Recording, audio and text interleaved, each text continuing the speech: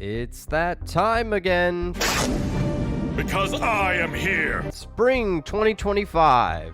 It brought some bangers, some duds, and more smut than I expected, and I wanted to jump off a bridge.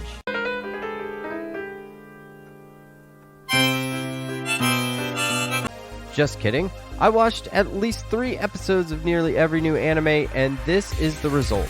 Quick, honest reviews. I'm going to take about 15 seconds on each. I'm going to try and be faster about this one. Let's start at the bottom and work our way to gold. We're going to be more organized about it this time too. Let's go!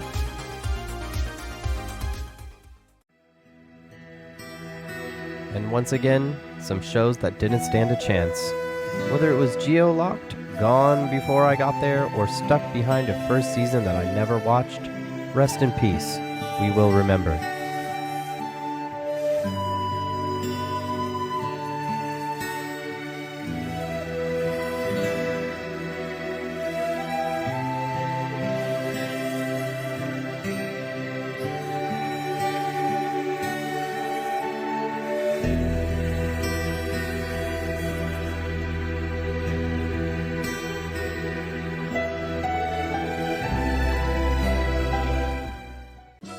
So we're going to start this list with the 2 that are definitely smut and did not deserve a very good ranking, so they get a 1 out of 5 from me. I'm also going to be using out of 5 on this one instead of out of 10 because I just want to be edgy. So, cheap smut, magic panties, time travel, no thanks. Please put them on. Taki Mind Sign, whatever. I'm not even going to respect the name right now. Honestly, high school or college, not really sure which one it is. Absolute smut, absolute trash. Brother, ugh.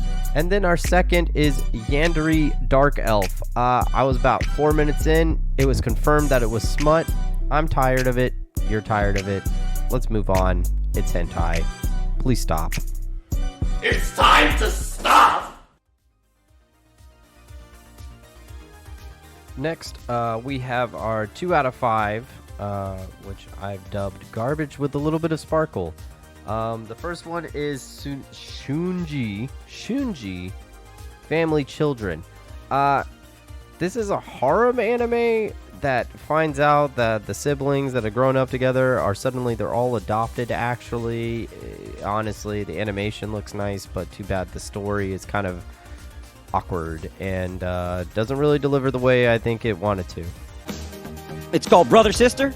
The second here is going to be The 2 Perfect Saint. It had a nice beginning. I thought it would kind of pick up pace, but the MC is just kind of boring. I know there's some humorous parts in it, but, an engagement being broken, then exiled, then a new prince shows up, and he's trying to rizz her up. It's just a shoujo trope that's copy and pasted. Boring! 2.5 out of 5, which is the mid-range or mid-core mediocrity. This list is going to be ones that I just thought were average and didn't really excel in too much. Once Upon a Witch's Death. It's about a cursed girl who's collecting tears of joy, but it has to be like pure tears of joy to save her life at the end of a year. It was cozy, but it was bland. Not really my vibe. Do something cool on board. Catch Me at the Ballpark was fun for the first 2 episodes, but then it kind of got repetitive. It was pretty wholesome. Titsy main character. It was fun, but it was pretty forgettable.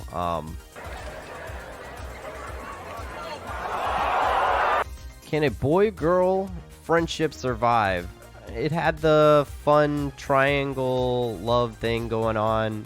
Bit too much fan service for my liking. Has potential, but it just kind of played this weird game in the middle of it, and I lost interest. Why don't we all just fuck each other? Classic stars. Have you ever wondered what a boy band would sound like if they were playing classical music on guitars? Well, guess what? That's what this anime is. Pretty much only what this anime was for 3 episodes.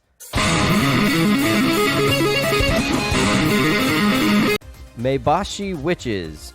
Magical wish girls doing magical wish girl things. It's pretty, but it's super average. Not my thing. If you're into that, I guess it might be for you. Mono. Photography Club. Calm. Charming. Forgettable.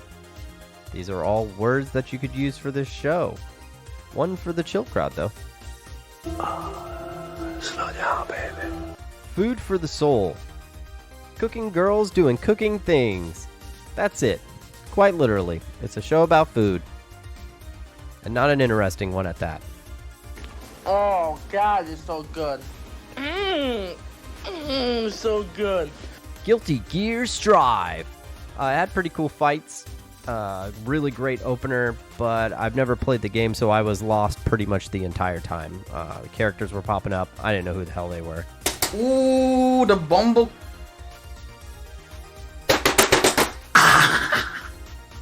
You're a fucking bitch.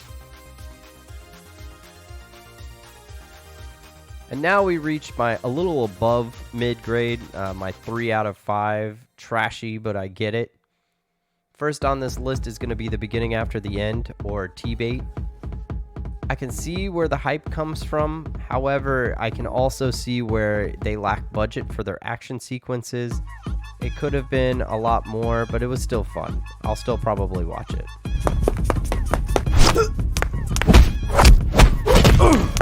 Dinner Table Detective. Have you ever wondered what Black Butler would look like if it was a girl and they were solving mysteries in modern times? This is for you. You see, I am simply one hell of a butler. Summer Pockets. It's based on a game. I didn't play the game, so I didn't really have the same connection when I started watching it. However, the vibes are there. I get why people probably really love it. Probably would enjoy the game more. Average skin on, mashed potatoes. Evil Lord of an Intergalactic Empire. This one was pretty crazy at the beginning. The first episode's pretty wild. But basically, it's an isekai with mechs. And there's a bit of cringe to fan service, which dragged its score down. But it's still not that bad. I might finish it. Pilot the robot Shinji. And kill Angel so I can fuck my wife again. Brilliant Healer's New Life in the Shadows. A typical power fantasy harem. The animation was a little weird at first. The dub is absolute trash in this one. But I'll probably finish it because it looks like hot garbage and I'm into that.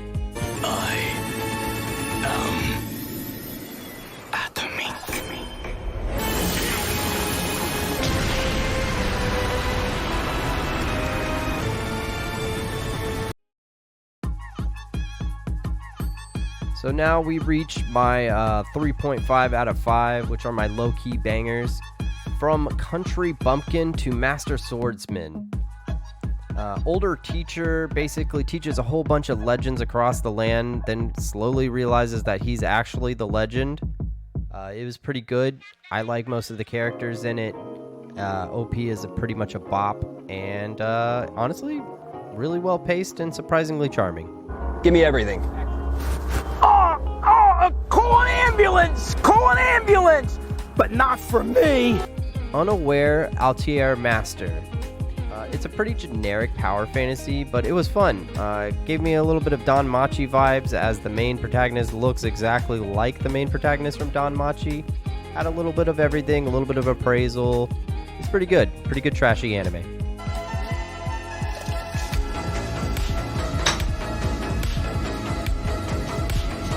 The Gorilla Gods Go-To Girl. The MC in this is super annoying, but the supporting cast is not. This is a reverse harem power fantasy. It weirdly works. Everyone gets their powers from animals, and they all have basically the same energy as their animals, which makes it a little unique with each person.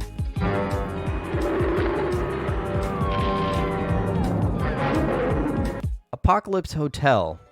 This one actually caught my interest, and then it kind of fell off at a certain point, but I'm also interested to see where it goes. So I'll probably finish this one, but it's basically a post-apocalyptic robots running a hotel. Wholesome, hilarious, it has a lot of good elements. I'm hoping that it accelerates the story more as it goes. One of us. Which one? One of us. How much did you say these things cost? Zaru Tabi. Honestly, this one's kind of a chill one. Not much in the way of plot, but definitely in the way of chill vibes and just kind of like a good anime to watch if you're just being cozy, have something on in the background, whatever it might be. It was wonderfully animated, and the main protagonist is over the age of 18, which is fantastic. You know, I want to see more of that. 冰淇淋，我很喜欢冰淇淋，但是速度与激情就比冰淇淋。 These next ones are going to be my 4 out of 5, and honestly, these slap. Sort of the Demon Hunter. Imagine Demon Slayer, but instead they're grown-ups. It has a really good setup. The first episode is about an hour long, so buckle up for that one, but it's well worth it. Fantastic plot, fantastic characters, fantastic story.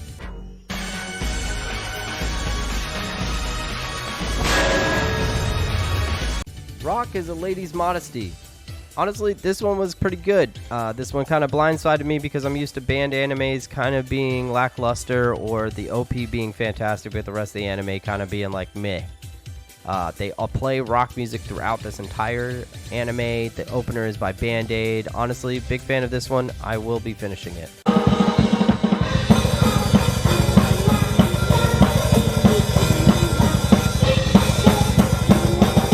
Witch Watch. This one's full of tropes, but it knows it, so it sells it well to you. It has a narrator that's doing very well overtoning everything that's going on, and honestly, it's pretty funny. The opener is also by Yasobi, so it's pretty much a banger across the board. Oh my gosh! It's happening! Everybody, it's happening! Yaiba, Samurai Legend. Imagine Dragon Ball Z, but with samurais. And that's exactly what this is. This is a remake, and honestly, it's a fantastic remake. Animation's up to par. Everything's good about it. Definitely give it a watch. Don't fuck with me! I have the power of God and anime on my side! Wait, Compass 2.0. Honestly, this one blindsided me because I know it was based on a mobile game, but the anime was pretty damn good. It didn't really rely on me having to know anybody. And the action sequences in it were really well done. Definitely worth giving it a shot and definitely worth giving it a watch. Hey, that's pretty good. Hey, that's pretty good. Hey, that's pretty good. The Ninja and the Assassin Under One Roof was probably one of my favorites from this season, just because it is kind of like a weird hybrid of both action and cozy slice of life. Definitely don't judge a book by its cover on this one. I would definitely give this one a shot, especially if you do like slice of lives, but you also are kind of a fan of like Spy Family type things, where there's a little bit of action mixed in there. Anyway, I started blasting. Gundam GX. This one was pretty vibrant. I haven't watched Gundam in a while, so it was pretty great to kind of get back into it. The Gundams are pretty awesome. The two main protagonists that are in this are pretty cool. There is a callback to old Gundam characters, which is pretty awesome. Definitely give it a watch, especially if you haven't watched Gundam in a while. This one's pretty awesome.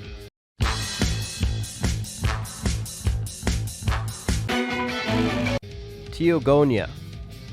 It had a little bit of a rough start, but then it started getting real interesting later on down the road. I will probably be finishing this one. I don't want to give away any plot stuff, so all I'm going to say is I'm definitely sticking around for the plot because it just keeps getting thicker. Nice. We are almost at perfection at the end of this 57 episode long list here. And these are my 4.5 out of 5s. Windbreaker Season 2. I did watch the first season of Windbreaker, and I really liked it. It was a different spin on a delinquent anime. And the second season, the 3 episodes I watched, started off with a barn blitzer. And honestly, that's what I love most about the show, is that it has that emotional element, but also the fighting. Yo, bro! You wanna fight, bro? Come on, man! Kowloon Generic Romance. Dude, this was not at all what I thought it was going to be. Sci-fi mystery mixed in with a love story. Both characters are adults, and it's not creepy, except for the weird stuff that keeps happening. Definitely give this one a watch. What the fuck is going on here? Lazarus. It's Cowboy Bebop, but in a different setting. The music is really driving the narrative. The characters are very edgy, much like Spike and the rest of crew on the Bebop. I'm definitely going to be finishing this one. It is definitely panning out to be one of my favorite anime of this year.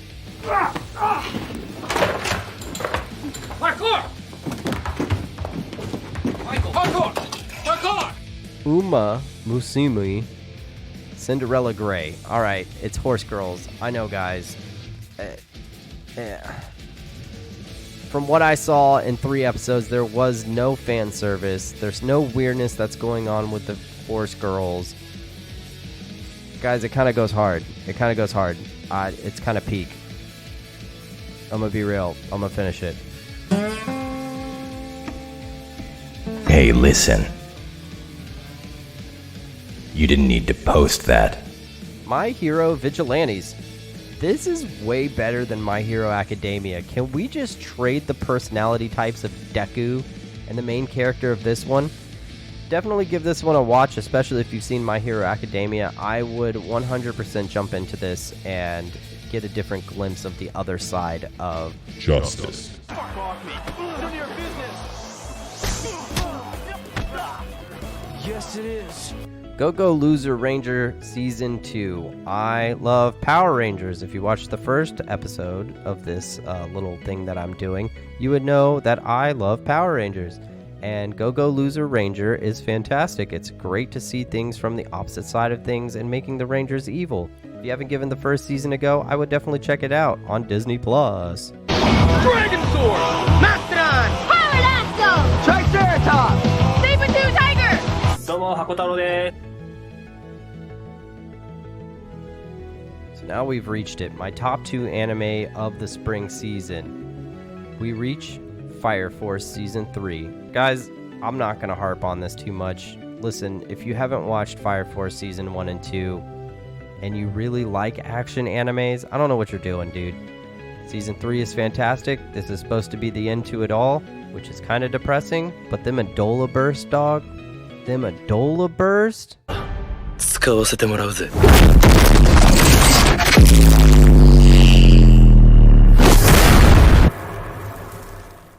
Yeah, I know you like that. And surely, this show hit me like a truck. Honestly, I wasn't expecting much from this. I just thought this was going to be some, like, weird slice of life that was just kind of there, living a normal life. But it's honestly beautiful. From the animation to the storytelling to the raw emotional depth, everything that you would want in a non-action anime is inside of this anime. It is a gorgeous spin to an orphan story with layers that will stick with you. I just felt like every episode was a hug. Just honestly, it's the best non-action anime of the season, more than likely. This is probably going to take the cake next year and going to be definitely combating with season 2 of Solo Leveling.